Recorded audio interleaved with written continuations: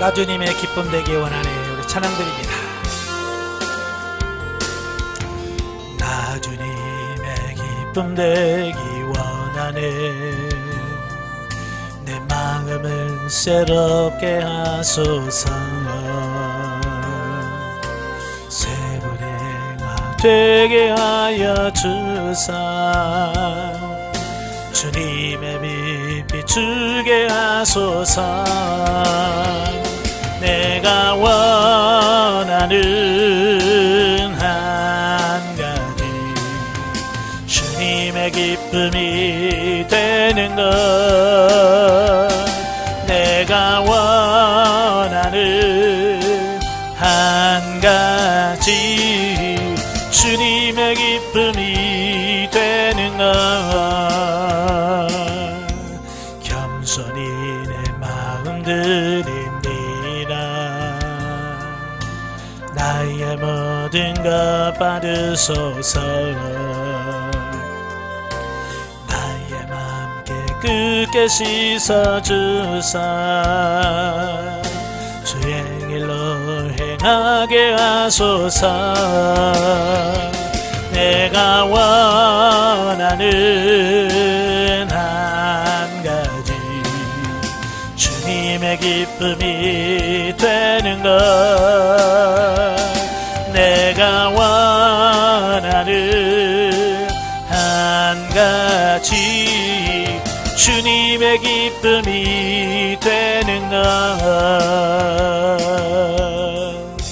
아멘. 기도하겠습니다. 은혜로우신 아버지 감사합니다. 오늘도 우리를 사랑하셔서 귀한 훈련의 장소로 인도하시고 계시록의 말씀을 같이 상고하게 하셔서 감사합니다.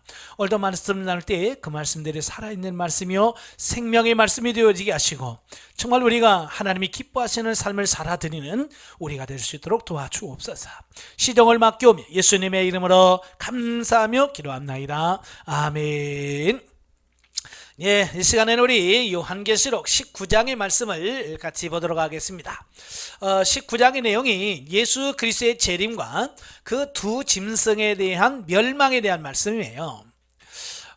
그러니까 어찌 보면 예수 그리스도의 재림은 최종 창조의 목적이고요. 종말론에 있어서 가장 클라이막스, 가장 중요한 부분이다 라고 볼 수 있습니다. 오늘 본문에서 1절부터 10절까지 보면 하늘의 기쁨과 어린 양의 혼인잔치 준비에 대한 내용이 나오게 되어집니다. 본단락은 최종적인 일련의 대종말 사건들이 언급된 19장 11절부터 20장 15절을 기술하기에 앞서서 그 서고에 해당되는 찬송입니다.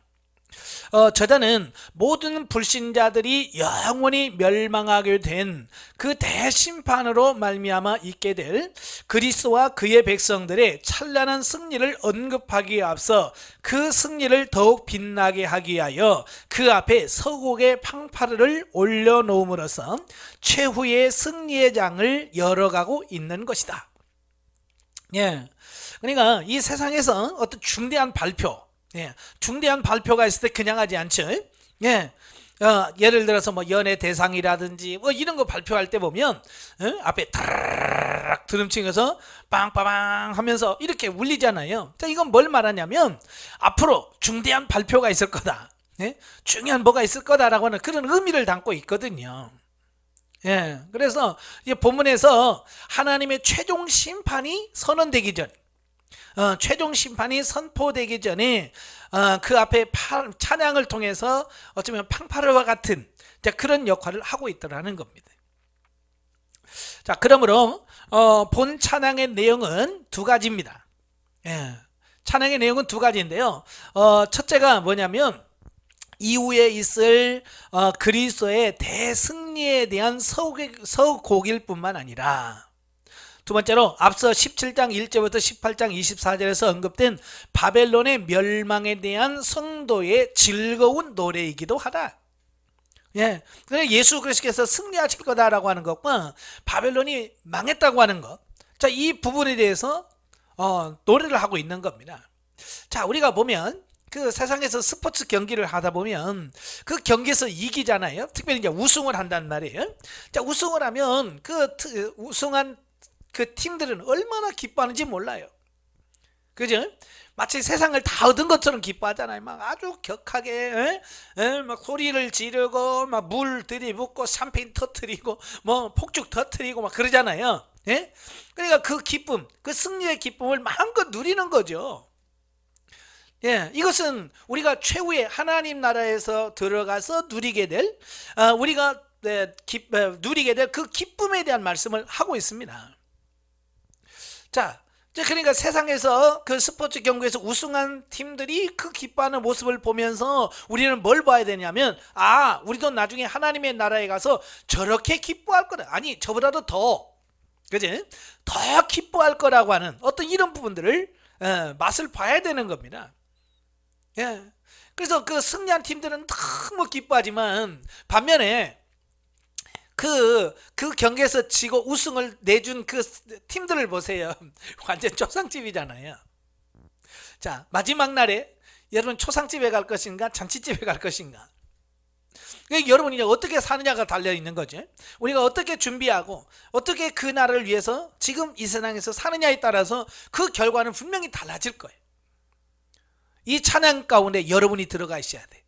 여러분이 그 찬양대원 속에서 우리도 같이 승리의 기쁨을 누리며 찬양할 수 있는 그런 승리자가 되길 바랍니다.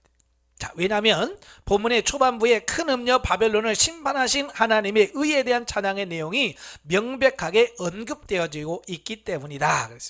그래서 본문은 두 개의 내용으로 구성되어 있는데요. 첫째는 7번째 삽경에서 언급되어진 그 바벨론의 멸망에 대한 것으로서 음녀 바벨론을 심판하신 하나님은 의로우심으로 모든 성도들은 그 하나님을 경배하라고 말하고 있다. 이 1절부터 5절 내용이에요. 그러니까 이 바벨론이 결코 망하지 않을 것 같았거든요. 그죠? 예, 결코 망할 것 같지 않던 세상 나라가 망한다는 것이. 예. 그런데 그 멸망의 원인이 뭐예요? 예, 뭔가 죄죠. 특별히 하나님을 믿지 아니한 죄. 하나님께서 수없이 기회를 줬잖아요. 그죠? 7 인재앙, 7 나팔재앙, 7 대접을 재앙을 통해서 하나님께서 끊임없이 그들에게 뭘 줘요? 기회를 줘요. 회개하고 돌아와서 구원받을 수 있는 기회를 주셔요. 근데 그들이 끝끝내 마지막까지 거부하잖아요. 그러니까 죄 중에서 가장 큰 죄가 뭐냐면 하나님을 믿지 않는 죄예요. 그래서 그들이 심판을 받는 이유는 하나님을 믿지 않는 거고, 하나님께서 그들에게 회개하고 구원받을 수 있는 기회를 주었음에도 불구하고 그 기회를 잡지 않고 끝까지 하나님을 믿지 않는 이 완악함, 이것이 결국 그들이 심판을 받고 멸망하게 된 원인이라는 겁니다. 제가 늘 말하지만 죄가 있는 곳에서는 반드시 하나님의 뭐가 있어요? 징계와 심판이 있습니다. 그래서 우리가 이 땅에서 죄 짓지 말아야 되는 이유가 바로 그거예요. 두 번째로는 하나님께서 심판을 성취하시고 만국을 통치하시는 때가 왔으므로 성도들은 기뻐하고 즐거워하는 가운데 어린 양의 혼인잔치를 준비하고 그러한 기쁨과 영광을 주신 하나님을 경배하라고 말하고 있습니다. 그 6절에서 10절 내용이에요. 우리가 일륜지 대사라고 그러죠. 결혼은 우리가 인생에 있어서 가장 큰 행사, 가장 큰 잔치죠. 그래서 어찌 보면 이 결혼식은 뭘 비유하냐고 하냐면 마지막 저와 여러분들이 천국에 가서 어린 양의 혼인잔치에 들어갈 것을 예표하는 것이 바로 세상에서 결혼이에요. 그러니까 세상에서 결혼식을 하면서 그걸 준비해 가면서 뭘 깨달아야 되냐면, 내가 나중에 예수 그리스도와 이렇게 결혼할 거구나. 어린 양의 신부로서 우리가 그 준비할 수 있는 이런 부분을 생각하라 그 말이에요. 근데 대부분의 세상에서 결혼식 할 때 그 천국 이런 걸 생각해요, 안 해요? 전혀 안 하죠. 여러분, 세상에서 결혼식 할 때 아무 준비 없이 하나요? 아니잖아요. 몇 개월 동안을 준비합니다. 살림 준비하지요. 또 뭐 메이크업 준비하지요. 뭐 여러 가지를 준비를 해요. 자, 이런 준비하는 과정을 보면서 우리에게 뭘 가르치냐면, 우리가 하나님 그 예수 그리스도의 그 어린 양의 잔치에 우리가 신부로서 가는데 아무 준비 없이 가면 그 준비에 갈 수 없다는 거예요. 아시겠죠? 그래서 철저하게 준비하라는 거예요. 그래서 슬기로운 다섯 처녀와 미래는 다섯 처녀의 비유를 들면서 준비한 처녀는 들어가고 준비하지 못한 처녀는 들어가지 못한다는 이 말씀을 하고 있잖아요. 그러니까 우리가 지금 살아있는 동안에 우리가 준비하셔야 돼요. 어린 양의 신부로서. 여러분, 신부가 뭐 준비하는 게 많겠죠. 여러분 뭐 살림도 준비하겠지만 가장 많이 신경 쓰는 게 뭐냐면 드레스예요. 그죠? 신부가 가장 많이 신경 쓰는 거 드레스예요. 어떤 옷을 입고 결혼식장에 들어갈 것인가 라고 하는 부분입니다. 그래서 오늘 본문에 보면 뭐라고 그랬냐면 8절에 그에게 빛나고 깨끗한 세마포 옷을 입도록 허락하셨으니 그랬어요. 여기서 빛나고 깨끗한 세마포는 뭘 말할까요? 자, 바로 뒤에 설명이 나옵니다. 이 세마포 옷은 성도들의 옳은 행실이로다 그랬어요. 자, 우리가 예수 그리스도의 어린 양의 혼인잔치에 입고 들어갈 옷이 뭐냐면 빛나고 깨끗한 세마포 옷인데, 그 세마포 옷은 뭐냐? 성도들의 옳은 행실이다. 자, 이걸 말씀해 주고 있습니다. 이 성도의 옳은 행실이라고 하는 것은 뭐예요? 네, 우리의 삶이 변화되어서 하나님이 기뻐하시고 하나님이 원하시는 삶을 사는 것, 우리가 완전히 변화되는, 이게 뭐야? 이게 신부 단장하는 법이라 그 말이에요. 그래서 베드로전서 3장 1절부터 7절까지 보면 그 단장하는 법에 대해서 말씀을 해요. 여자들은 뭐라고 써요? 아내들아 남편에게 순복함으로 자기 영혼을 단장해라 그랬어요. 남편들은 7절에 나오죠. 아내를 사랑함으로 자기 영혼을 단장. 그래서 이 세상에서의 결혼은 결국 영원한 천국에서 하나님과 예수 그리스도와 우리가 어떻게 사는가를 예행 연습, 미리 연습해 보고요, 살아봄을 통해서 그걸 준비하도록 하기 위해서 하나님께서 허락하신 부분이라는 거예요. 그래서 이거 철저하게 우리 삶이 변화돼야지. 자, 이렇게 볼 때에 본문은 결국 최종적인 종말이 있기 직전에 이 세상에 내린 3대 7중 재앙 심판이 성취되어서 이제 마지막 최후의 승리가 눈앞에 다가왔으므로 오는 그 최후의 승리를 송축하는 동시에 모든 성도들은 그 최후의 승리를 기뻐하고 승리의 잔치를 준비하며 승리를 성취케 하신 전능하신 하나님께 경배하라는 권면의 내용을 담고 있습니다. 네, 결국은 우리가 하지만 그것을 이루게 하신 분이 누구냐? 하나님이시라는 겁니다. 네, 그게 하나님이라는 거예요. 그래서 그 승리를 맛보기 전에 하나님을 마음껏 찬양하면서 기뻐하는 그런 삶을 사셔야 돼요. 참 저는 너무 안타까운 게 뭐냐면, 저도 마찬가지입니다만은 우리가 예배를 드릴 때는 하나님을 찬양할 때 보면 우리 한국 사람들은 꼭 장송곡 부르는 것 같은 느낌을 받아요. 예. 그런데 그 유대인들 보면 그 찬양하는 게 우리와 전혀 다른 것을 봐요. 그들은 막 기뻐 뛰면서 찬양합니다. 예. 막 뛰면서 찬양을 해요. 얼마 전에 뉴스에 나왔죠. 그 유대인들 그 축제 때 이 단을 쌓아놨는데 이들이 축제 때 너무 이제 흥겨우니까 이제 뛰기 시작하는 거예요. 네. 뛰기 시작하니까 그게 무게를 못 견디는 거죠. 그 충격을 못 이겨서 그냥 무너져 가지고 사람들이 죽고 다치고 그러잖아요. 참 그들은요 이 기쁨을 마음껏 표현해요. 표현. 근데 오늘날 우리들은 그 기쁨을, 찬양을 불러도 기쁨을 표현하지 못하는 우리의 모습을 보면서 너무 안타까울 때가 많아요. 마음껏 찬양을 통해서 표현할 수 있기를 바라요. 자, 11절부터 16절까지 보면 그리스도의 재림에 대한 말씀을 합니다. 어쩌면 이제 성경에 여러 예언들이 나오죠. 이제 구약에서부터 많은 예언들이 나왔는데 그 예언들이 거의가 다 성취가 됐고요. 이제 예수 그리스도의 재림, 마지막 재림, 어찌보면 이것이 성경에 나오는 마지막 예언이다. 예, 마지막 성취될 예언이라고 볼 수 있겠죠. 자, 그런데 그 예언이 비로소 오늘 본문에서 성취되어진다는 거예요. 자, 본달락에서는 본격적으로 최후의 승리를 실제적으로 획득하기 위해 다시 오시는 그리스도의 모습을 묘사하고 있습니다. 예, 그러니까 예수님께서 뭐라고 했어요? 창세기 1장에 보면 하늘로 올라가시잖아요. 올라가셨을 때 제자들이 그 하늘을 쳐다보고 있습니다. 그때 천사가 나타나서 뭐라고 그래? 갈릴리 사람들아, 뭘 이렇게 쳐다보고 있냐? 예, 너희가 본 그대로 다시 오시리라. 예? 너희가 본 그대로 다시 오겠다라고 천사를 통해서 하나님이 약속하신 거예요. 그 약속이 오늘 본문에서 그대로 이루어집니다. 그래서 그 예수님이 다시 오시는 모습을 여기서 쭉 말씀해 주고 있는데요. 첫째, 승리의 상징인 백마를 타고 온다. 여러분, 말도 여러 색깔이 있잖아요. 여러 색깔이 있는데 그 색깔마다 주어지는 의미가 달라요. 그래서 우리가 일곱 인재앙, 일곱 나팔재앙 할 때 보면 그 말들이 나오는데요. 그 말들의 색깔을 통해서 뭐예요? 말들의 색깔을 통해서 하나님께서 전하려고 하는 메시지가 다 있는 거예요.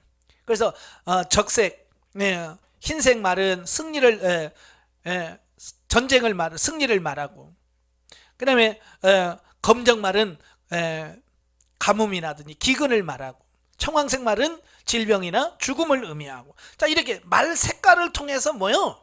이게 전하려고 하는 메시지가 있는 거예요. 상징적인 부분이 있어요. 여기서 백마리라고 하는 것은 승리의 상징입니다. 승리의 상징. 그래서 그 일곱 인재앙에서 첫 번째 나오는 흰 말을 탄 사람은 누구를 가리켜요? 세상의 정복자를 의미해요. 세상에서 정복자를 말하지만 여기서 말하는 승리의 백마는 예수 그리스도가 탈 그 말을 의미합니다. 그러니까 같은 말을 탔다고 해서도 의미가 달라요. 누가 타느냐에 따라 달라지는 거지. 그래서 옛날부터 보면 전쟁을 하고 승리합니다. 승리하면 그 성을 들어가서 그 성을 이제 취하지요. 그때 승리한 왕이 그 성, 그러니까 정복한 그 성에 들어갈 때에 타는 말이 뭐냐? 흰 말이에요. 그래서 흰 말을 타고 탁탁 들어간다는 말이에요. 자, 그 말은 뭐예요? 내가 정복자다, 내가 승리자라, 이건 어떤 것을 그 말을 통해서 상징적으로 보여주고 있는 거거든요. 그래서 예수님께서 백마를 타셨다는 것은 승리의 왕으로 등장하신다. 물론 여러분, 백마를 탔다고 해서 다 왕은 재림 예수 그리스도는 아닙니다. 그래서 아까도 말한 것처럼 그 일곱 인재앙에서 첫 번째 백마를 탔다, 예전에는 그걸 복음이라고 표현했어요. 근데 지금은 그렇게 해석을 하지 않죠. 그리고 지금도 신천지 이만희가 그 백마 탄 모습을 딱 사진 찍어서 이렇게 홍보하는 것을 보거든요. 참 폼 안 나죠. 폼 안 나지만 그 백마를 탔다, 이 말은 뭐야? 말 안 해도 지금 뭘 그가 말하려고 하는지를 알 수 있는 거예요. 백마를 탄 사진을 보여준다는 얘기는 뭐예요? 바로 여기서 말한 승리자, 백마를 탄 구세주 재림 예수가 누구냐? 자기라는 얘기예요. 거기다가 스스로 자기가 안 썼어요. 그렇게 말 안 해도 그걸 탔다는 얘기는, 그 사진을 보여줬다는 얘기는 지가 뭐요? 재림 예수다, 그 얘기를 하고 있는 거예요. 그래서 이 백마를 탔다고 해서 다 재림주는 아니에요. 아시겠죠? 두 번째, 그 이름은 충신과 진실이다. 세 번째, 공의로서 악의 세력과 싸운다. 네 번째, 모든 것을 꿰뚫어 보시고. 다섯 번째, 머리에 여러 면류관을 쓰셨는데 그중 하나에는 자기만이 아는 이름이 새겨져 있고, 여섯 번째, 하나님의 말씀으로 무장하고 적을 무찔러 그 옷에 적의 피가 묻어 있다. 일곱 번째, 진리의 말씀으로 악인을 심판하실 거고, 여덟 번째, 친히 악인들을 징벌하신다. 아홉 번째, 왕 중의 왕이며 만주의 주이시다. 마지막으로 그 뒤에 자기와 같이 승리를 상징하는 백마를 탄 거룩한 하늘 군대들을 거느리고 계신다 그랬어요. 그러니까 예수 그리스도만 백마를 탄 것이 아니라 예수 그리스도의 뒤를 따라오는 많은 사람들이 다 백마를 탔더라고 말이에요. 이 말은 무슨 말이에요? 완전한 승리, 완벽한 승리를 상징하는 거죠. 이번 전쟁에서는 완전히 전쟁 끝났다. 바로 이제 그걸 선포하고 있는 말씀이죠. 자, 이 상에서 볼 때에 우리는 다시 오시는 주님은 악의 세력을 완전히 박멸하시기 위해서 권능과 군대와 명분을 가지고 오셔서 철저하게 악인을 심판하시는 심판주라는 것을 보게 된다. 즉, 보면은 부활하시어서 하늘로 올라가신 예수 그리스도께서 반드시 다시 오셔서 자기를 따르지 아니한 악인들을 멸하시고 자기를 따른 자들은 하늘나라로 인도하시리라는 것을 보여주고 있다. 그러니까 예수님이 이 땅에 오시는 것은 초림과 재림 두 번 오십니다만은, 그러나 이 의미는 분명히 달라요. 예수 그리스도의 초림은 바로 죄인들을 구원하시기 위해서 오시는 구세주로서의 메시아 예수님이죠. 자, 그러나 두 번째 오심은 전혀 달라요. 두 번째 재림은 심판주로 오시는 거예요. 첫 번째 초림은 구원자로 오시지만 두 번째는 뭐니? 심판주로 오신다 그 말이에요. 그래서 이 땅에서 예수님의 초림과 재림의 의미는 전혀 다르다는 것을 우리가 알 수 있고요. 자, 넘어가서 17절부터 21절까지 보면 짐승의 멸망이 나옵니다. 13장에 보면 바다에서 나온 짐승과 땅에서 나온 짐승이 있죠. 그래서 바다에서 나온 짐승은 적그리스도고, 땅에서 나온 짐승은 거짓 선지자를 통해서 바로 그 바다에서 나온 짐승을 우상화하고 신격화하는 어떤 거짓 선지자들을 지칭한다라고 이렇게 볼 수 있죠. 자, 그들이 7년 대환란 때 맹활약을 펼쳐서 교회와 성도들을 박해합니다. 그런데 그들이 망하지 않을 것 같은 그들이 여기서 망하더라 그 말이에요. 자, 보면은 소위 말세에 이 세상에 임할 3대 7중 재앙이 집행된 후 그 뒤에 올 최종적인 일련의 대종말 사건을 설명하는 본서의 본론부인 제3부인 19장 1절부터 22장 5절 안에서 그리스도의 재림으로 말미암아 아마겟돈 전쟁에서 멸망할 짐승과 및 그의 추종자들의 파멸에 관해서 묘사하고 있습니다. 자, 이것은 고대의 어떤 전쟁사에서 보면, 자, 전쟁에서 승리합니다. 승리하면 그 성에 들어가요. 그 성에 들어가면 패배한 왕이라든지 패배한 그 장수들, 이런 대신들이 다 결박을 당해서 왕 앞에 쫙 나오게 돼 있어요. 그러면 이제 그 승리한 왕이 보좌에 딱 앉아 있고요. 그 앞에 패배한 왕, 뭐 이런 높은 사람들, 이런 데는 쫙 앉아 있죠. 자, 거기서 이제 그 승리한 왕이 그들을 재판하는 겁니다. 그래서 그 보통 보면 패전의 왕들은 주로 이제 사형을 당하죠.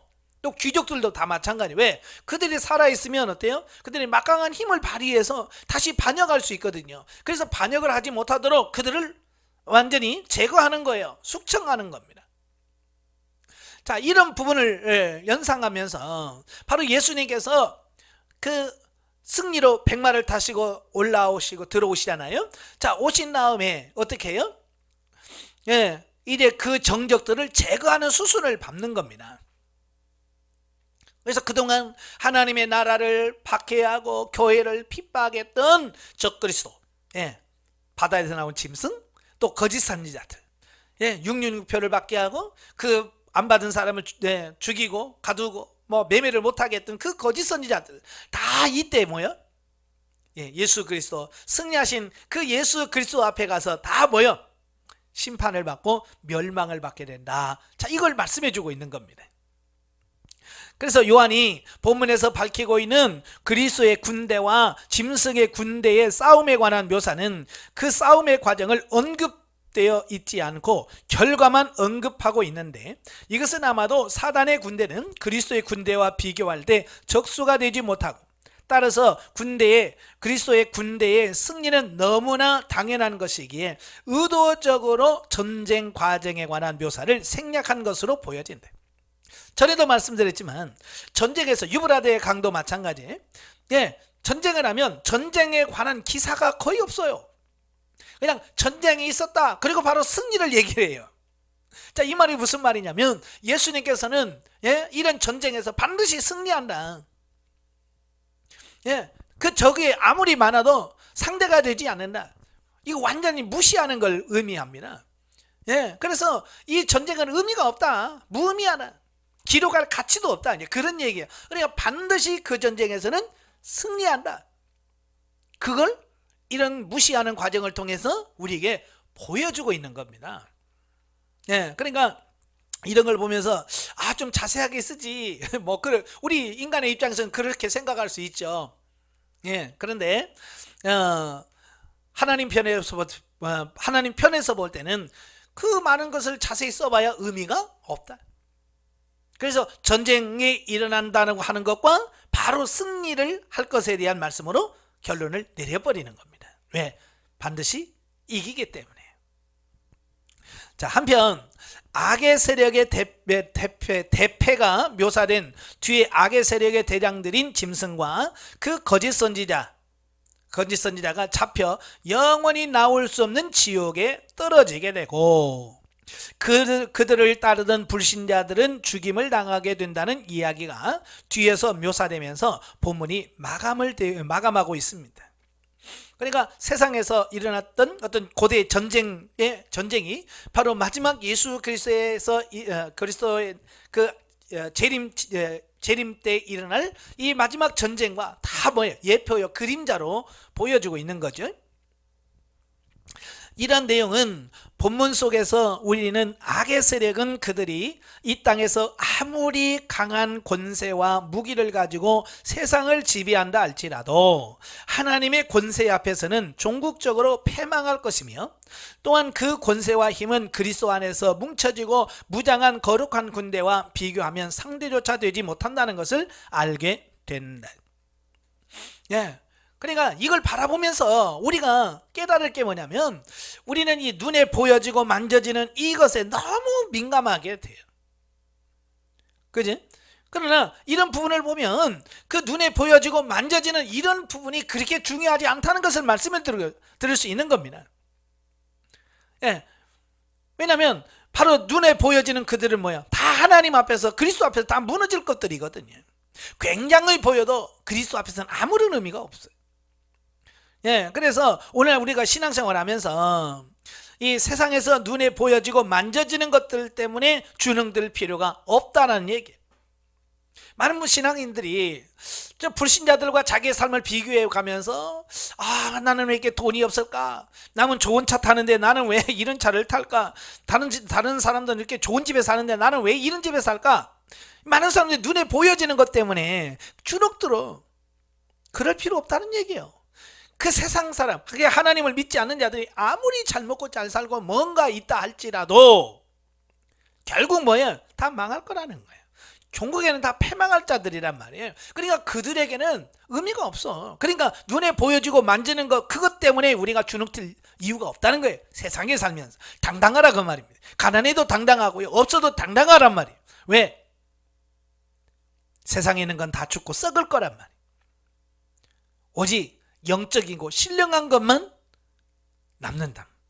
그래서 저와 여러분들이 눈에 보이는 것 때문에 슬퍼하거나 속상할 필요 없습니다.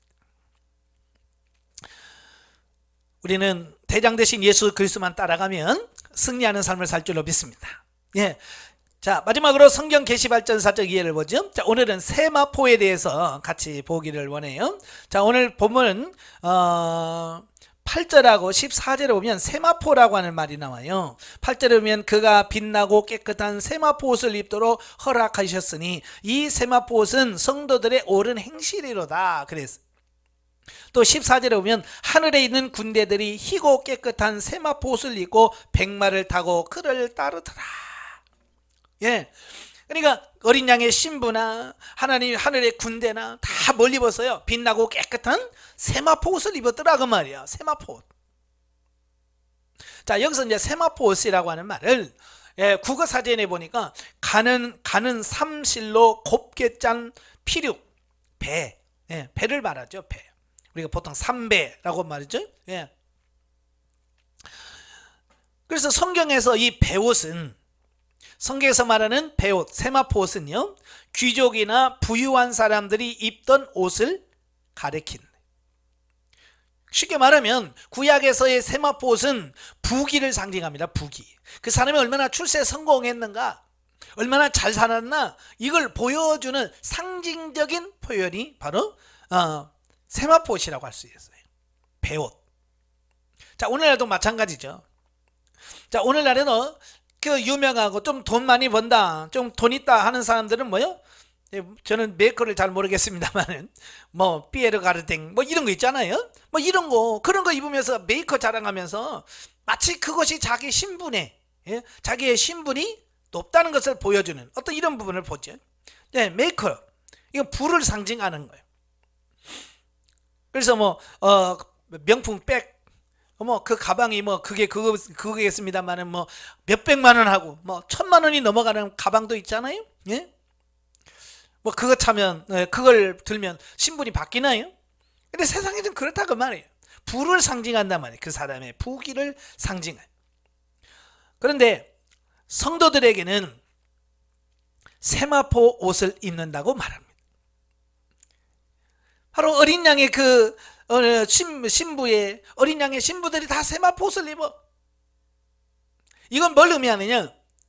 하나님을 믿고 구원받은 자들의 신분이 바뀐다. 그걸 얘기하고 있습니다. 신분이 바뀐다. 자, 우리가 나중에 나오겠습니다만은 그 창세기 39장에 보면 그 요셉이 야곱의 그 12아들 중에서 유일하게 요셉에게만 색동옷을 입혔다 그랬죠. 여러 가지 색깔이 있는 세마포옷입니다. 예. 세마포옷을 여러 가지 물감을 들여서 알록달록하게, 예, 이렇게 옷을 입혀놨어요. 자, 다른 형제들은 그런 옷을 안 입혀줬어. 근데 요셉에게만 특별한 세마포옷을 입혔단 말이에요. 자, 그걸 뭘 말하냐? 그 요셉의 신분이 특별하다. 예, 그 12아들 중에서 귀하고 가장, 예? 어찌 보면 야곱의 후계자, 야곱의 뒤를 이어서 그의 가계를 이을 어떤 상속자라는 의미가 바로 그에게 이 색동옷을 입히는 것을 통해서 그 신분을 나타내고 있습니다. 그러니까 형제들이 미워할 수밖에 없죠. 싫어할 수밖에 없죠. 왜? 같은 아들인데, 그것도 11번째 아들인데 거기다만 색동옷 입혀놓고 특별하게 사랑하니까 형제들이 미워할 수밖에 없죠. 그러니까 이 옷이라고 하는 것은 신분을 상징하고 그 사람의 부귀를 상징하는 어떤 이런 부분을 보게 돼요. 그래서 저와 여러분들이 하나님의 나라에 가면 그 신부, 어린 양의 신부나 하늘의 군대에 가면 모두가 다 뭐요? 흰 세마포 옷을 입게 된다. 이건 뭘 말합니까? 우리의 신분이 바뀐다. 예, 우리의 신분이 천한 신분이 아니라 귀하고 존귀한 상태로 바뀐다. 그래서 우리가 하늘나라의 왕으로서 신분이 있잖아요. 그죠? 왕으로서 신분이 회복될 것을 상징적으로 보여주는 것이 바로 우리에게 세마포옷을 입혀주는 것을 통해서 보여주고 있습니다. 자, 세마포는 아마 섬유로 짠 배로 일반인들은 입을 수 없는 고가의 천이었다. 예, 이 세마포는요, 어지간한 사람은 못 입어요. 그래 부자들만, 예, 돈 많은 사람들만 입었다고 말이에요. 그러니까 이 세마포옷을 입는 사람들은 조금 전에 말한 것처럼 그 자신의 신분이라든지 자기의 재산이라든지 이걸 나타내는 어떤 그런 의미로 삼고 있는 겁니다. 자, 오늘날도 있죠. 네, 세상에 보면 차들이 많지요. 차들이 많아. 근데 돈께나 있는 사람들은 뭐요? 이런 시시한 차 안 타려고 그러죠. 예, 좋은 차 타려고 그래요. 뭐 BMW라든지 뭐 이런 벤츠라든지 이런 걸 타려고 그래요. 왜요?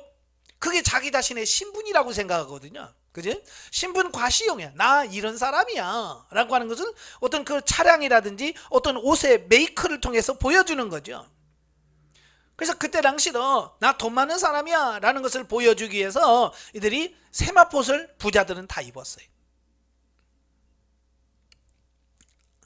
그래서 이 세마포옷은 주로 이제 애굽의 주요 수출품이었어요. 애굽에서 이걸 만들어서 외국에다 수출하는 수출품이기도 하고요. 또 가는 배로는 제사장의 속옷을 만들고, 또 세마포로는 두건과 빛난 관을 만들고, 또 고이를 만들었고요. 또 성막의 울타리를 만드는 재료로 사용되기도 합니다. 또 많이 썼던 게 뭐냐면 시신을 감싸는 재료.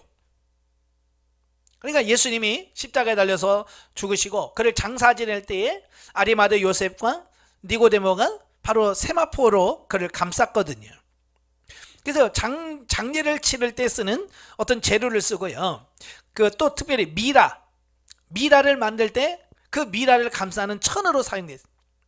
우리가 이제 영화를 보면 그 미라가 나오잖아요. 천으로, 하얀 천으로 이렇게 뚫뚫뚫 감고 나오죠. 바로 그 뚫뚫 감고 나오는 그 천이 뭐냐? 세마포예요. 예, 그래서 자, 이렇게 세마포는 여러 가지로 사용되어지는데요. 자, 맨 처음 세마포라고 하는 말이 나오는 게 창세기 41장입니다. 예, 그 42장으로 되어 있는데요. 예, 41장입니다. 41장 37절부터 45절까지 보면 이래 요셉이 바로에게 꿈을 꾸죠. 바로가 꿈을 꾸고 요셉이 그 바로의 꿈을 해몽을 합니다. 그 해몽하는 그 모습을 보고 이 바로가 감동을 먹어요. 예, 그래서 38절에 뭐라고 그래요? 바로가 그의 신하들에게 이르되 이와 같이 하나님의 영에 감동된 사람은 우리가 어찌 찾을 수 있으려 하고, 예, 요셉에게 이르되 하나님이 이 모든 것을 내게 보이셨으니 너와 같이 명철하고 지혜 있는 자가 없도다. 예. 그래서 쭉 설명하면서 42절에 자기의 인장 반지를 빼어 요셉의 손에 끼우고, 그 다음에 뭐예요? 그에게 세마포옷을 입히고 금사슬을 목에 걸고 그랬죠. 지금 요셉의 신분은 뭐였어요? 죄수였어요. 맨 처음에는 종이었죠. 예, 종이었다가 감옥에 들어가서 사는 죄수의 신분이에요. 바로 그런 죄수에게 바로 왕이 뭐였어요?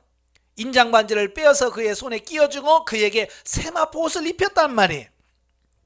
이 세마포옷을 입혔다고 하는 말은 앞에서 설명드렸지만 뭐예요? 신분의 변화를 의미한다면, 신분의 변화. 쉽게 말하면 그는 천민이 이제는 왕족 또는 귀족 이런 신분으로 그가 바뀌었다라고 하는 것을 의미하는 거예요. 그래서 우리가 성경에서 세마포옷을 입었다라고 하는 말은 우리의 신분이 바뀌어졌다, 우리의 신분이 변화됐다라고 하는 것을 상징적으로 우리에게 보여주고 있는 겁니다. 그러니까 우리가 하늘나라에 가서 세마포옷을 입는다는 것은 우리의 신분의 변화를 의미합니다. 자, 두 번째, 출애굽기 27장 9절부터 19절까지 보면 하나님께서 모세에게 성막을 지으라고 말씀합니다. 예, 성막을 지으라고 말씀하시고 9절부터 19절에 보면 성막 뜰을 만들라라고 말씀합니다. 그래서 100규빗, 50규빗에서 뜰을 만드는데 그 뜰을 구분하기 위해서 뭘 쳐요? 세마포 포장을 칩니다. 예, 세마포에 천을 쳐서 그 경계선을 딱 그래서 100규빗, 50규빗에서 직사각형의 이런 성막을 만들게 돼요. 자, 여기서 성막 뜰을 막는 휘장으로 울타리로 이 세마포를 사용해라 라고 말씀해 주고 있습니다. 그래서 여기서 말하는 세마포라고 하는 말은, 세마포 휘장은 결국 성별 또는 구별, 그런 의미가 담겨져 있습니다. 그래서 이 성막의 그 포장을 치는 것은 그 안은 거룩하다, 이건 세상과 구별된다라고 하는 그런 의미가 담겨져 있습니다. 그래서 성막 안과 성막 밖이 구분되도록 만드는 거예요. 그 다음에 출애굽기 39장에 보시면 39장 22절, 자 22절부터 쭉 보면 또 제사장들의 또 다른 옷을 만들죠. 예? 39장 1절부터 보면 제사장을 위해서 특별한 옷을 지어 입히죠. 그 옷 중에서 여러 옷을 만드는 중에 22절에 그가 에봇 받침 긴 옷을 전부 청색으로 짜서 만들되 그 옷의 두 어깨 사이에 구멍을 내고 갑옷 깃같이 그 구멍에 주위에 깃을 짜고 쭉 이렇게 말합니다. 예. 자, 이 옷을 뭘로 만드느냐? 세마포옷으로 만드는 거야. 세마포로. 예, 27절에 바로 나오죠. 28절에 세마포로 두건을 짓고 세마포로 빛난 관을 만들고 배실로 짜서 세마포 속바지를 만들고, 자 여기서 말하는 그 제사장들의 옷을 만드는데요, 그 앞에서 말한 것처럼 하나님께 특별히 구별되어 헌신한다, 자, 그런 의미를 담고 있습니다.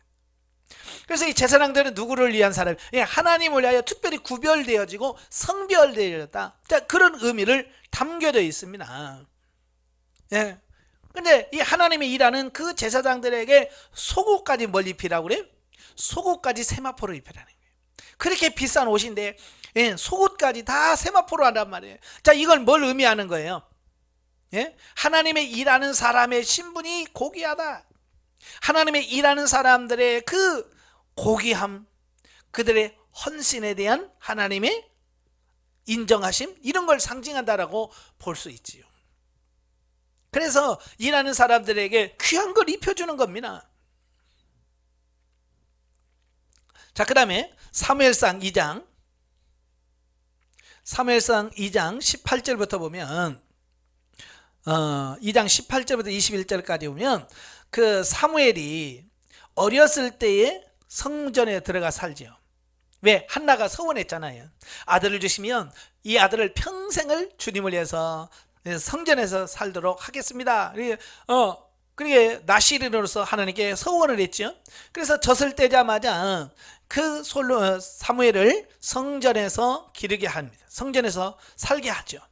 자, 그러면서 매년 세마포 옷을 가지고 입혀서 하나님 앞에 섬기더라.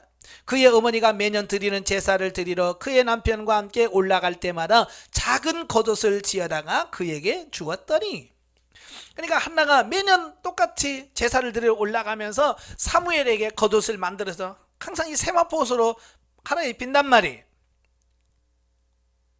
자, 사무엘이 어렸을 때부터 세마포 옷을 입었다. 아까 구별, 성별, 헌신, 그런 의미가 담겨 있다고 그랬죠. 그러니까 사무엘은 어렸을 때부터 그는 하나님 앞에 구별된 자로서 또 하나님께 드려지는 일꾼으로서 헌신된 자로서 삶을 살았다라고 하는 이 부분을 보여주고 있는 겁니다.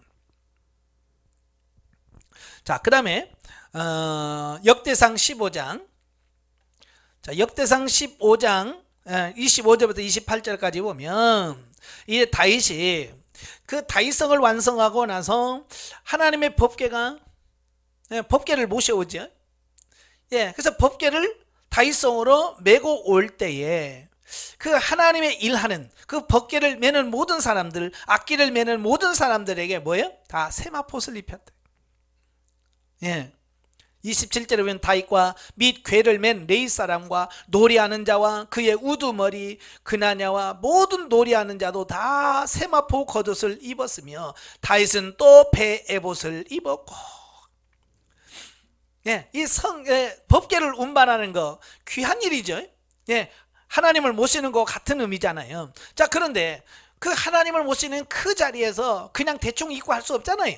그래서 다윗이 그들에게 다 세마포 옷을 지어서 입힘을 통해서 하나님의 일하는 일꾼으로서의 어떤 성별, 구별됨, 그들의 신분의 고귀함, 이것을 그 옷을 통해서 상징적으로 보여주었다라는 사실이죠. 제가 출애굽기 강의하면서도 그랬죠. 이 제사장들에게 그 세마포 옷이라는 이런 옷을 성의를 지어서 입힌 이유는 바로 이 제사장들이 누구를 상징하냐면 예수 그리스도를 상징해요. 그런데 아무리 인간이 잘나고 똑똑하고 뭘 착하고 그래도 예수님을 다 예표할 수가 없는 거예요. 예수님의 성품, 예수님의 사역, 이걸 다 예표할 수가 없는 거예요. 그래서 그 부족한 부분을 이런 옷이나 색깔 등을 통해서 그 예수님의 사역에 대한 부분들을 보완하고 보충하도록 만든 거예요.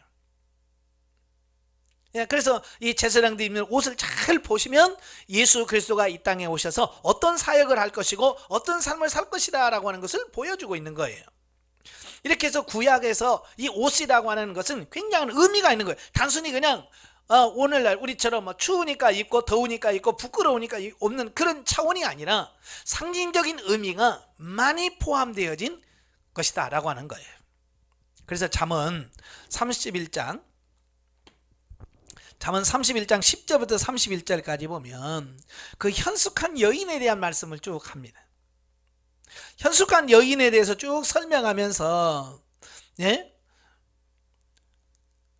자, 21절에 보면 자기 집 사람들은 다 홍색 옷을 입었으며 눈이 와도 그는 자기 집 사람을 위하여 염려하지 아니하며 그는 자기를 위하여 아름다운 이불을 지으며 세마포와 자색 옷을 입으며 그의 남편은 그의 땅의 장로들과 함께 성문에 앉으며 사람들의 인정을 받으며. 자, 여기서 쭉 나오는 게 뭐예요? 홍색 옷이라는 것은 보통 자색 옷이라고, 이건 왕족이라든지 아주 특별한 귀족들이 입는 색깔이에요. 옷 색깔. 그러니까 현숙한 아내가 하는 게 뭐예요? 자기 남편이나 자녀들을 홍색 옷이나 세마포 옷을 입게 만들었다는 거예요. 이건 뭘 말해요? 출세하고 성공하게 만들었다, 그 얘기를 하고 있는 겁니다. 다시 말하면 집안일을 세우는 게 현숙한 여인의 삶이다, 그걸 예표적으로 보여주고 있습니다.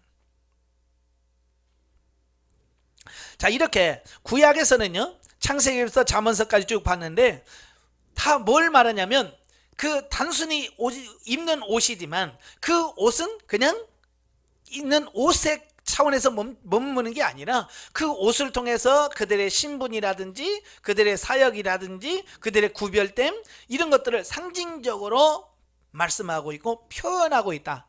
자, 이렇게 볼 수 있죠. 자, 그런데 놀라운 것은요, 신약시대에 들어가면요, 이 세마포라는 말이요 쑥 들어가요. 안 나와요. 참 신기하게 안 나와요. 근데 언제 나오냐면 예수 그리스도의 장례와 부활식 때 이 말이 나와요. 예수님의 공생의 시대는요, 세마포라는 말이 아예 안 나와요.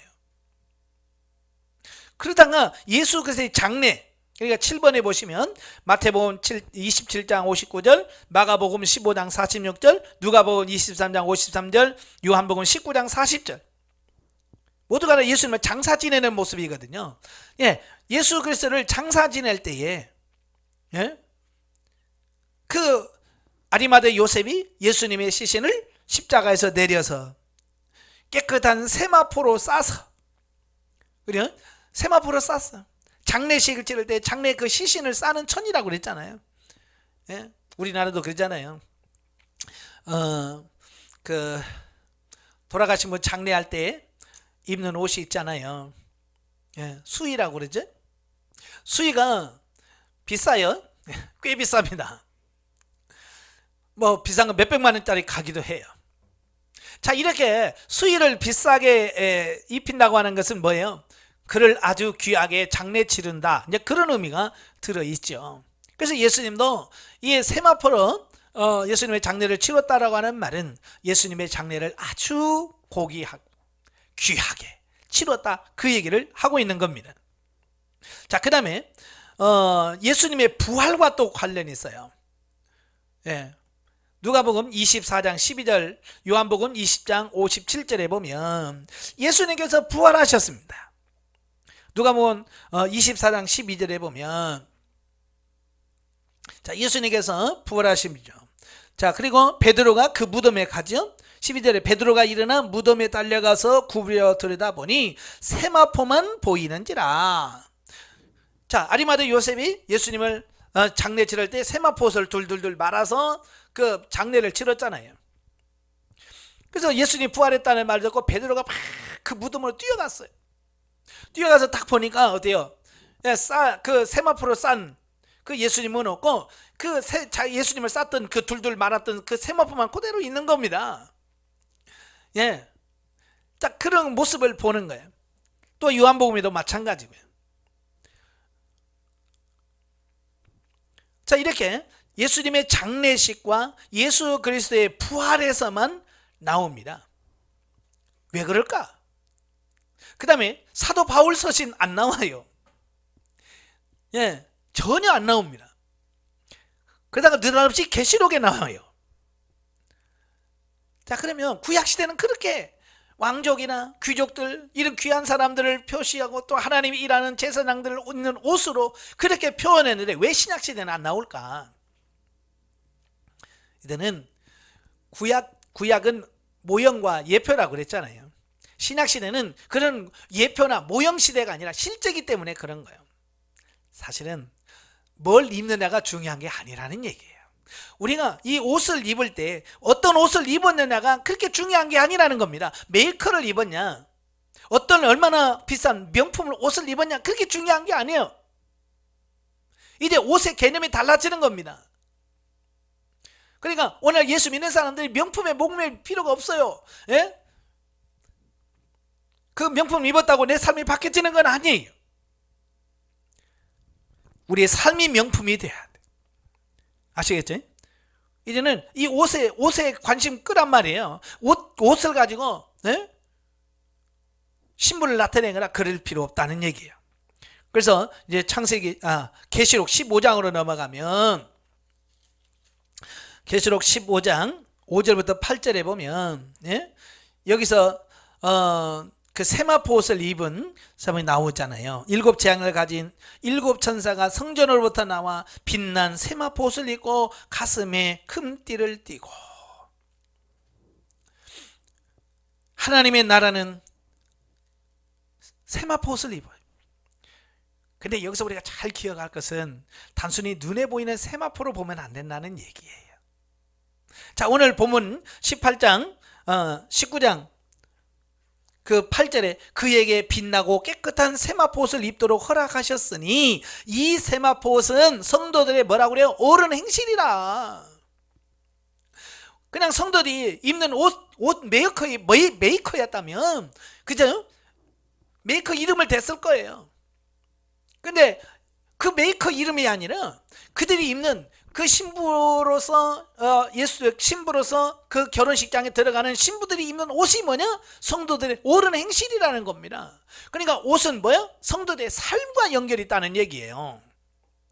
그러니까 육적인 의미에서 영적인 의미로 완전히 바뀌어진 거예요. 세마포의 개념이 완전히 바뀐 거예요. 그러니까 어떤 옷감을 얼마나 비싼 옷감을 입느냐가 중요한 것이 아니라 얼마나 삶이 변화되느냐, 그죠? 얼마나 그 삶이 변화되어서 얼마나 하나님 앞에 인정받는 삶을 살았느냐, 바로 이것이 정말로 우리가 하늘나라에서 입을 세마포 옷이다, 이 얘기를 하고 있는 거예요. 그러니까 우리가 왜 영성훈련을 받아요? 영성훈련 받는 것은 우리가 빨리 세상에서 출세 성공해가지고 돈 많이 벌어서 메이크업 비싼 옷 입는 게 아니에요. 내 삶이 변화되는 겁니다. 내 삶이 변화돼서 예수 그리스도를 닮아가는 겁니다. 이게 영성훈련을 하는 목표고요. 바로 세마포 옷을 예비하고 준비하는 것이다 라고 하는 것을 꼭 기억하시길 바라요. 자, 결론입니다. 옷은 그 사람의 신분이나 행동, 즉 삶을 좌우합니다. 구약시대에서 세마포 옷은 세상적인 지위나 하나님의 일을 하는 사역자를 의미합니다. 그래서 아무나 못 입어요. 그러나 신약시대에 와서는 외적인 것에 대한 의미는 없고 영적인 의미만 남아있다. 네. 지금은요, 육신적인 의미는 없어요. 내가 아무리 명품을 옷 입었어도 의미가 없어. 하나님은 너 명품 입었구나, 그 인정 안 해요. 베드로전서 3장 1절부터 6절까지 보면 성도가 뭘로 단장을 해야 되는지를 말씀해 주고 있잖아요. 거기 보면 뭐라고 나왔어요? 금이나 은이나 이런 걸로 하지 말라는 겁니다. 자, 베드로전서 3장 3절에 보면 너희의 단장은 머리를 꾸미고 금을 차고 아름다운 옷을 입는 외모로 하지 말라는 겁니다. 지금 많은 사람들이 이 외모에 신경 많이 쓰잖아요. 그런데 거기다 신경 쓰지 말라는 거예요. 오직 마음에 숨은 사람을 온유하고 안정한 심령으로 썩지 아니할 것으로 하라. 이는 하나님 앞에 값진 것이라.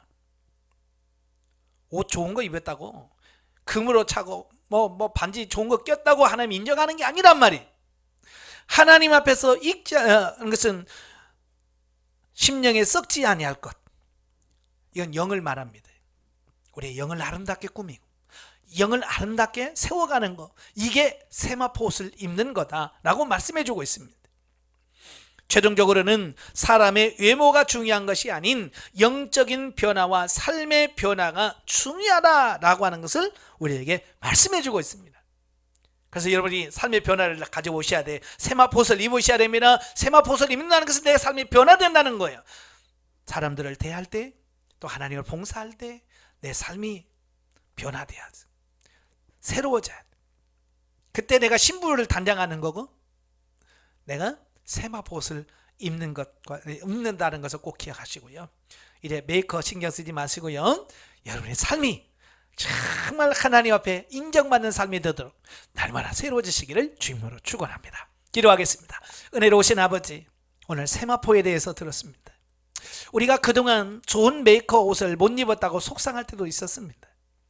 그러나 그게 그렇게 중요하지 않다는 것을 배웠습니다. 정말 우리가 중요한 것은 세상에서 입는 옷이 아니라 내가 하나님 앞에 섰을 때 어떤 옷을 입느냐가 중요하다고 말씀합니다. 세마포 옷을 입어야 되는데 그 세마포 옷은 성도의 옳은 행실이라고 말합니다. 우리 삶이 변화되어져서 정말 하나님 앞에 인정받는 그런 삶이 될 수 있도록 성령님 도와주옵소서. 예수님의 이름으로 감사하며 기도합나이다. 아멘.